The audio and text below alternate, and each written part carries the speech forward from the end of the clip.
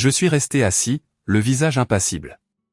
Célia, ma femme, venait de m'annoncer qu'elle avait consulté un avocat et qu'elle entamait une procédure de divorce. Alors, demanda-t-elle. Tu vas rester assis là, comme ça? Et qu'est-ce que tu veux que je fasse, répondis-je. Que je me lève et que je me mette à danser? Ça te fait quelque chose, au moins, rétorqua-t-elle. Et pourquoi cela te ferait-il quelque chose, Walter, ajouta-t-elle. Ça ne t'émeut pas qu'après 5 ans de mariage, je te quitte? Non, pas du tout, répondis-je. 12 mois plus tôt, cette nouvelle m'aurait anéanti.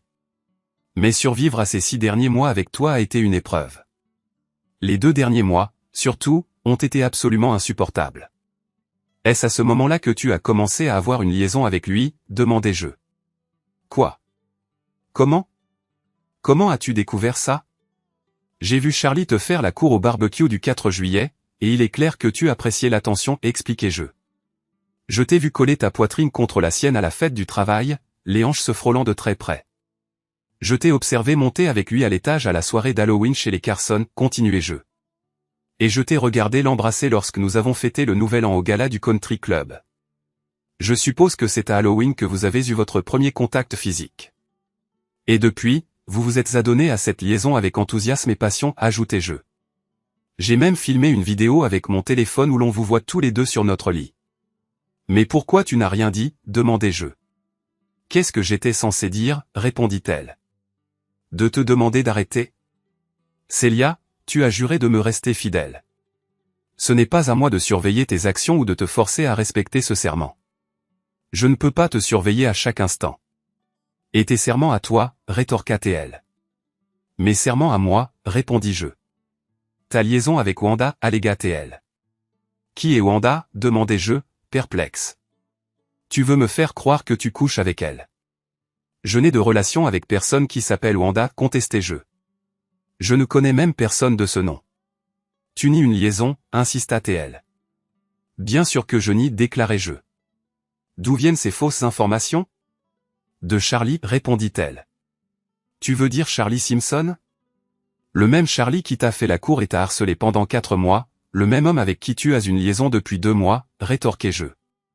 Tu n'as pas besoin d'être aussi vulgaire, remarqua-t-elle. Comment d'autre suis-je censé le dire, répliquai-je. Tu as eu une relation sexuelle avec un homme qui t'a trompé pour te mettre dans son lit, et tu es tombé dedans à pieds joints. Pourquoi tu ne t'es pas confié à moi, demandai-je. Parce qu'il m'a prévenu que tu n'irais, dit-elle. Et tu l'as cru, demandai-je. T'a-t-il fourni des preuves? As-tu même pris la peine de lui en demander? Non, je n'avais pas besoin de preuves, admit-elle. Pourquoi pas, demandai-je. Parce que tu rentrais toujours tard et que tu travaillais tous les samedis, fit-elle remarquer. Tu savais que je préparais une présentation cruciale et que je travaillais sur une fusion importante pour mon entreprise, lui rappelai-je. Je sais que tu me l'as dit, mais tu as choisi de ne pas me croire, remarqua-t-elle. Non, je n'ai pas choisi, rétorquai-je. Et tu lui as parlé de ça le 4 juillet? Oui, confirma-t-elle. Pourquoi ne lui as-tu pas simplement donné une clé de notre maison, étant donné que tu prévoyais déjà de coucher avec lui, lançai-je avec sarcasme. Non, je ne le savais pas à ce moment-là, déclara-t-elle. Quand as-tu réalisé, demandai-je. À Halloween, quand il a mentionné Wanda, répondit-elle. Je te l'ai déjà dit, il n'y a pas de Wanda, insistai-je. Je ne te fais pas confiance, dit-elle. Mais tu fais confiance à Charlie? Oui, affirma-t-elle. Eh bien, voici quelque chose auquel tu devrais peut-être faire confiance, remarquai-je. Je me fiche que tu divorces. Au contraire, je m'en réjouis. Après cette discussion, j'ai déménagé de notre chambre à coucher dans la chambre d'amis. J'ai annulé nos cartes de crédit communes et j'ai retiré la moitié du solde restant de notre compte bancaire commun. Quand elle a réalisé ce que j'avais fait, elle a demandé « Pourquoi es-tu encore dans la maison ?» Parce que j'en possède la moitié, répondis-je. Pourquoi je ne devrais pas habiter ici, demandai-je. C'est inconfortable pour moi, admit-elle. Tant pis, répondis-je. Je ne veux pas que tu dises que je t'ai abandonné. De plus, je ne suis plus responsable que de la moitié de l'hypothèque et de la moitié des impôts, l'informai-je. Tu devras couvrir l'autre moitié. Ça va engloutir la quasi-totalité de mon salaire, se lamenta-t-elle. Habitue-toi à l'indépendance, rétorquai-je. Le lendemain au travail, on m'a remis les papiers du divorce. Elle m'accusait d'infidélité conjugale et exigeait une pension alimentaire, 60% de mes revenus et la propriété exclusive de la maison. J'ai apporté les papiers au conseiller juridique interne de notre entreprise, qui m'a orienté vers un avocat spécialisé dans les divorces. Sa première question a été « Lequel de vous deux est infidèle ?» C'est elle, répondis-je. Et pourtant, elle m'accuse de la même chose. Êtes-vous infidèle ou l'avez-vous déjà été, demanda-t-il. Non, démentis-je fermement. Dans les deux cas, pouvez-vous prouver son infidélité? J'ai une vidéo sur mon téléphone qui les montre ensemble, ai-je expliqué. Possède-t-elle des preuves contre moi? Comment le pourrait-elle, ai-je rétorqué. Ce n'est jamais arrivé. Pourrais-tu recueillir d'autres preuves de sa trahison? Absolument, à condition qu'ils répètent leurs actions dans la maison. Il m'a fourni une caméra vidéo à déclenchement vocal, que j'ai dissimulée dans la chambre. Pendant qu'elle était occupée au travail, j'ai décidé d'aller dîner et de voir un film. Je n'avais aucune envie de rentrer à la maison pour passer la soirée sous le même toit qu'elle. Je suis rentré un peu après 21h, et en passant devant sa porte fermée, je les ai entendus en train d'avoir une relation sexuelle. Je crois que la conversation était destinée à ce que je l'entende, car j'ai clairement distingué sa voix qui disait « Tu es tellement bon à ça, Charlie. Bien meilleur qu'une taille d'aiguille. Tu es considérablement plus grand et meilleur. Vas-y, chérie. J'adore la façon dont tu me satisfais. Même. J'aime faire ça pour toi. Il est si petit. Maintenant, fais de moi la tienne. Oh, oui, comme ça. Tu es infiniment supérieur à Walter. » J'écoutais pendant qu'elle le complimentait, comparant ses compétences aux miennes et lui disant à quel point elle était plus satisfaite avec lui. Je sais que je ne suis pas l'homme le plus grand du monde, mais mes 18 cm n'ont pas de quoi avoir honte. Puis j'ai entendu sa voix une fois de plus. Oh, Charlie. Oui, juste comme ça.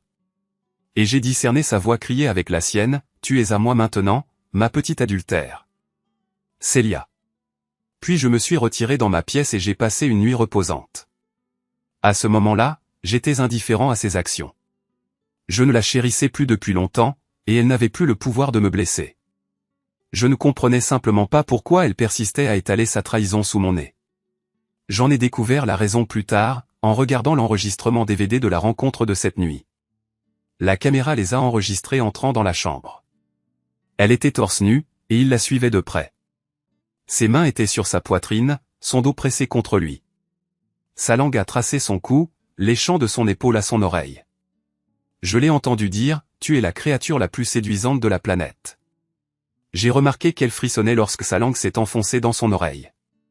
Et puis elle a dit, oh, mon Dieu, quand tu me fais ça, je fonds presque. Il l'a tournée pour qu'elle fasse face au miroir en pied sur la porte du placard et lui a pincé le sein. Regarde-toi. Regarde comme tu es séduisante. Il a abaissé sa jupe et s'est penché plus près, faisant glisser sa main le long de l'intérieur de sa cuisse. Puis, en la regardant dans les yeux, il a murmuré, « Regarde comme tu réagis intensément à moi. » Il a touché ses lèvres avec ses doigts et a plaisanté avec un sourire narquois, « Sans ça? C'est toi. » Ses yeux pétillaient alors qu'elle s'appuyait contre son épaule et murmurait, « Je n'arrive pas à croire à quel point tu m'excites. » Plus que Walter en ce moment? Oui. Mais tu sais que je l'aime toujours. Je ne ferais pas ça s'il n'avait pas commencé à voir Wanda. Peut-être qu'il est avec elle en ce moment. Il n'est pas encore rentré du travail. Je sais qu'il passe probablement un bon moment avec sa nouvelle petite amie. Et je veux que tu sois avec moi quand il franchira cette porte. Satisfais-moi. Et ensuite, je m'occuperai de toi d'une manière qu'il n'a jamais imaginée. Offrons-lui un spectacle. Il s'est penché vers elle, et elle a haleté de plaisir. C'était comme une libération. Forte, intense, comme un éclair. Si c'était une vengeance, elle lui procurait manifestement une satisfaction réelle. Lorsque tout s'est finalement apaisé, elle s'est lentement agenouillée devant lui, continuant à remplir son rôle. J'ai observé son regard se lever vers ses yeux avec une expression que je n'avais jamais rencontrée lorsqu'elle était avec moi. Elle ne m'a jamais accordé ça. Soudain, ils se sont séparés. Et je l'ai entendu déclarer, « Je viens d'entendre la porte du garage. Il doit être arrivé. Fais ça avec moi tout de suite. » Elle s'est agenouillée, et il a suivi son exemple. J'avais raison. Le dialogue que j'avais entendu depuis le couloir plus tôt était identique. Et il était sans aucun doute destiné à mes oreilles. Lorsqu'ils ont atteint leur apogée ensemble, elle s'est effondrée. Et il a terminé sur elle. Oh, mon Dieu, Charlie, c'était extraordinaire. Mais pourquoi supposes-tu que Walter est si petit? N'as-tu pas dit que j'étais plus grand et meilleur? Eh bien, c'était pour son bénéfice. Tu es peut-être en effet marginalement plus petit. Mais tu comprends certainement ce que tu fais. Bon à savoir que je te satisfais. Tu le fais sans équivoque. Et plus que ça. Puis ils ont recommencé leur activité pendant une heure complète supplémentaire. J'ai présenté l'enregistrement de leur rencontre de cette soirée à mon avocat. Il a duré près de 2 heures. Charlie l'a engagé dans toutes les positions imaginables, offrant une performance qui a laissé une impression. Et j'ai dû admettre que j'étais vraiment impressionné. Elle n'avait jamais consenti à rien de tout ça avec moi. Quoi qu'il en soit, lorsque mon avocat a visionné les images, il a exprimé sa satisfaction en se frottant les mains et a rapidement déposé une demande reconventionnelle le lendemain. La plainte l'accusait d'adultère et demandait à ce qu'elle soit privée de pension alimentaire, tandis que nos biens seraient partagés à hauteur de 70/30 en ma faveur. Le vendredi, Célia a reçu les documents sur son lieu de travail et est rentrée à la maison visiblement bouleversée. Comment peux-tu déposer une plainte reconventionnelle m'accusant d'adultère? C'est précisément ce que tu faisais le soir où je suis rentré. Je ne l'ai fait que pour me venger. À cause de Wanda. Je te l'ai dit il y a 4 mois, il n'y a pas de Wanda. Eh bien, je sais qu'elle existe. Et puisque tu ne voulais pas arrêter tes agissements, je n'arrêterai pas les miens non plus. Alors, il semble qu'il reviendra au juge de décider si Wanda est réelle ou non. Finalement, après 3 mois, le jour est arrivé où nous devions nous présenter devant le tribunal. Debout devant le juge, il a remarqué, je constate qu'il y a 2 plaintes, toutes 2 concernant des accusations d'infidélité conjugale, avec une disparité importante dans les règlements demandés. Puisque c'est vous qui avez déposé la première plainte, Madame Crawford, je vous écouterai en premier. Sur quoi repose votre plainte? L'avocat de Célia a répondu, nous accusons Monsieur Crawford d'entretenir une relation physique avec une autre femme en dehors du mariage et de poursuivre cette relation à ce jour. Le juge s'est tourné vers moi et a demandé, est-ce exact, Monsieur Crawford? N'oubliez pas que vous êtes sous serment. C'est absolument faux, votre honneur. Madame Crawford, possédez-vous des preuves étayant votre accusation d'infidélité de votre mari, a demandé le juge. Oui. Charlie Simpson m'a informé qu'il avait vu mon mari et Wanda avoir des relations intimes. Est-ce le même Charlie Simpson qui est cité comme correspondant dans la plainte reconventionnelle de Monsieur Crawford? Oui, monsieur. Est-ce la seule preuve que vous ayez? Oui, votre honneur. Maître, Monsieur Simpson est-il présent pour confirmer les allégations de votre cliente, a demandé le juge. Il nous avait assuré qu'il serait là, votre honneur, mais il ne s'est pas présenté. Le juge a ensuite reporté son attention sur moi et a demandé, Monsieur Crawford, avez-vous des preuves pour étayer votre accusation d'infidélité de votre femme? Oui, votre honneur. Nous avons déjà fourni une vidéo de 2 heures documentant ses relations sexuelles avec Monsieur Simpson. Oui, je l'ai visionnée, a répondu le juge. Et je dois dire que j'ai été assez surpris par les activités qui y sont montrées. Est-ce le même Charlie Simpson qui est cité dans votre plainte reconventionnelle? Oui, votre honneur. Je crois avoir observé et entendu tout ce dont j'avais besoin. Le juge a tranché. Je rejette la plainte de Madame Crawford en raison d'un manque de preuves à l'appui et de l'absence de témoins corroborants. Par conséquent, j'accorde à Monsieur Crawford le divorce aux conditions énoncées dans sa demande. D'un coup sec de son marteau, le greffier a annoncé que l'affaire était close. Célia est restée là, bouche bée, jusqu'à ce que son avocat l'emmène. 2 semaines plus tard, Célia m'a contacté. Walter, je voudrais te parler. De quoi? De nous et de ce qui s'est passé. Célia, il n'y a plus de nous. Et ce qui s'est passé, c'est qu'on a divorcé. Je comprends, mais tout cela est une énorme erreur.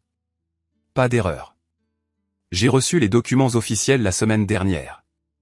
Non, je parle des motifs de notre divorce. La raison pour laquelle nous avons divorcé, c'est que tu as eu une liaison de près d'1 an avec Charlie. Je n'ai couché avec Charlie que parce que je croyais que tu étais impliqué avec Wanda. Il n'y avait pas de Wanda. Je m'en rends compte maintenant, Walter, c'était une erreur. J'ai fait confiance à Charlie. Et tu ne m'as pas fait confiance. Si, Walter. Il a admis m'avoir menti. C'est pour ça qu'il ne s'est pas présenté au tribunal. Il ne voulait pas mentir sous serment. Une erreur coûteuse et importante, Célia. Alors pourquoi tu me dis ça maintenant? Je veux revenir vers toi. Je veux redevenir ta femme. Je veux avoir la chance de te montrer à quel point je t'adore et de réparer le fait de ne pas t'avoir cru.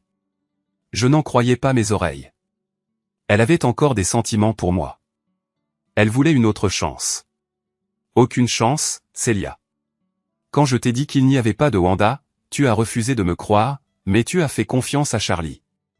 Tu devais écouter avec la mauvaise partie de ton corps. Je ne pourrai jamais te pardonner tes actions avec lui. Ni pour les choses que tu as dites sur moi. De mon point de vue, tu as simplement utilisé ça comme une justification pour être avec lui tout en gardant ta conscience tranquille. Vas-y, construis une vie avec lui. Je suppose qu'il sera libre dans quelques mois de toute façon. J'ai récemment transmis un enregistrement de vos moments intimes à sa femme afin qu'elle puisse l'utiliser dans la procédure de divorce. C'était la dernière fois que j'ai entendu parler de Célia. J'ai appris qu'après avoir été éjectée par sa femme, elle et Charlie ont fini par cohabiter, bien que leur arrangement n'ait duré qu'environ 8 mois. Après ça, elle m'a contacté plusieurs fois, mais j'ai filtré tous mes appels entrants et je me suis abstenu de répondre ou de renvoyer ses messages. Comme il n'y avait pas de fonds propres importants dans la maison, la part de 30% qu'elle a obtenue après que je l'ai vendue était plutôt minime. Je suppose qu'elle a dépensé la majeure partie pour subvenir aux besoins de Charlie pendant leur temps ensemble. Après son divorce, il s'est mis à boire énormément, a perdu son emploi et a fini par tomber dans la misère. Je l'ai aperçue environ 1 an plus tard près d'un magasin. Elle semblait avoir pris une quinzaine de kilos.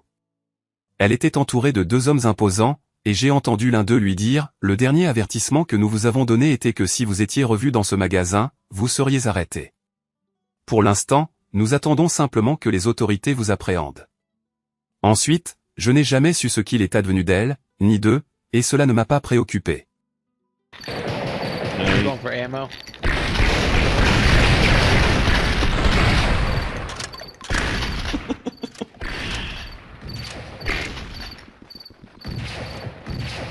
Need to refill the machine.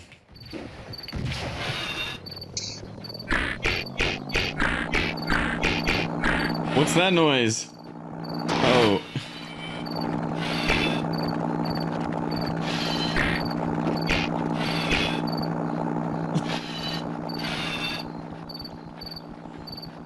This game is fucked up.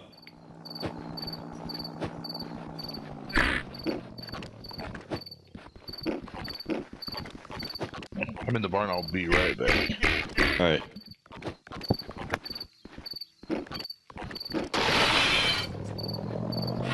So fucked up. We made it to day 10. Yeah, we did.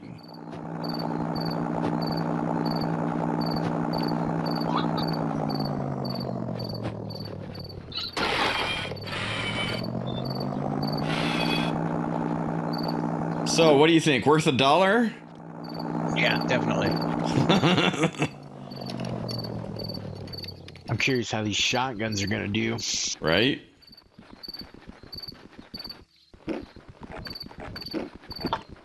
I shall BRB momentarily. Okay, fuck. Everybody BRBing. So back.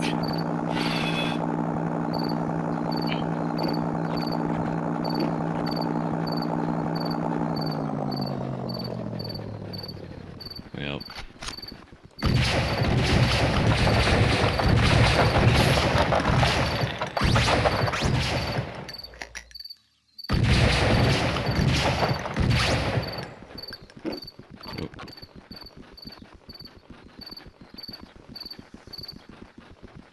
I haven't picked up a shotgun yet. Ah, thanks for that. Ho ho ho ho ho!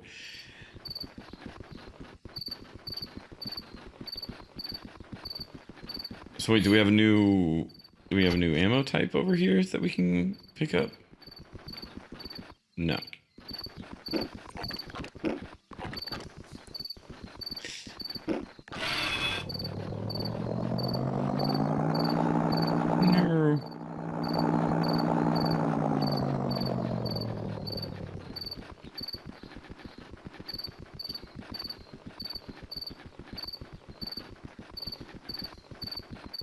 I'm talking to the dude. Wow. If I could get off this wall, I would shake your hand, mister. Awesome.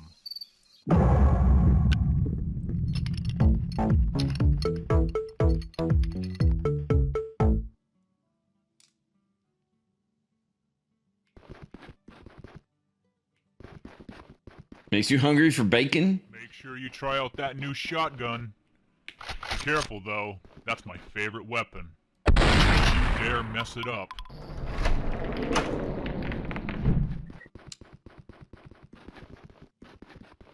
Alright.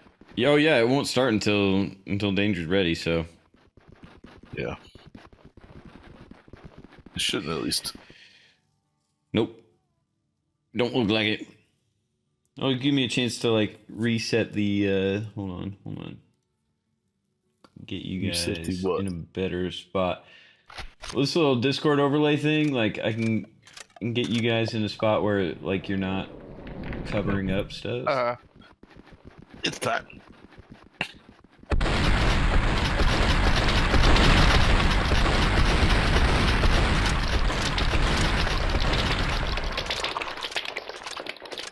You guys are doing great.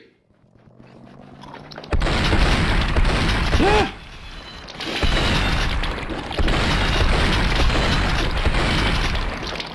Ah! No.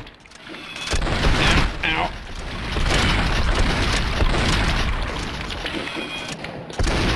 Ow.